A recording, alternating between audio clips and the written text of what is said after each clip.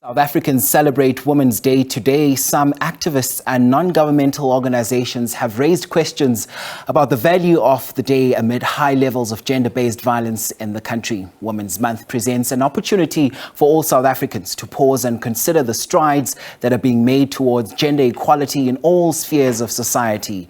But how do we pause and reflect when there is still a huge pay gap between women and men? To talk more about this, we are joined via Zoom by Pertunia Sibanyoni, who is Chairperson of the Franchise Association of South Africa and also CEO of InspectaCar. Pertunia, thank you so much for your time. What does Women's Day mean to you, and what do you think it must mean to women?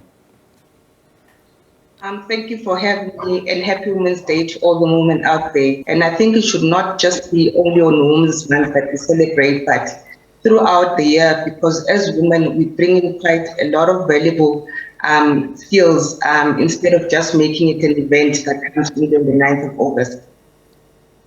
So now in your industry, what are the factors contributing to the gender pay gap?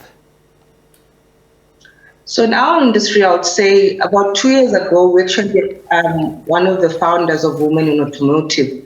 And our role is to make it attractive for those who are not in the industry, and for those who are in the industry, provide them networking and mentoring opportunities.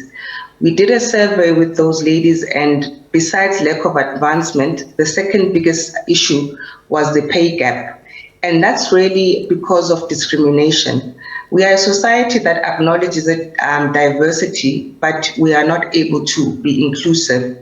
And it also comes in, you know, as women, sometimes age and race, also the factors that contribute to that. And I think as a society, it's something that we need to do and be deliberate about how do we advance women, making sure that they thrive and they are recognized, especially in male-dominated environment where I'm in. Indeed, you're making a very important point there. Talk to us about the risks that are associated with income disparity. I think one of the biggest risks, there are a lot of female-headed families. So lots of females are single parents.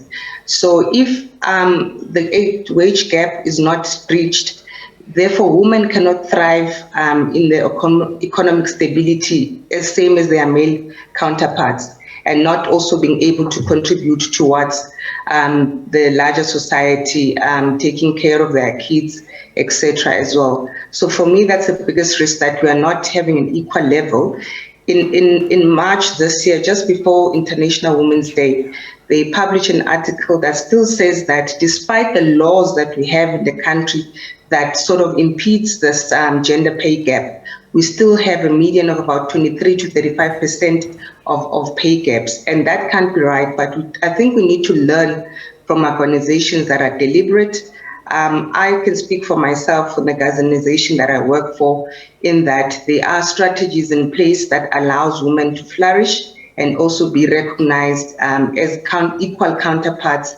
I'm a Black female CEO working for the organization, and also recently West Bank has made some moves in appointing other Black females in the fore.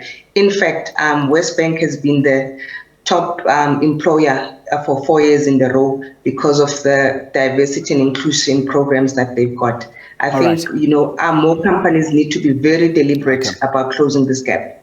Pertunia Sibanyoni, thank you very much for your time indeed on the agenda. That's Head of Franchise Association of South Africa. Thanks very much indeed for your time.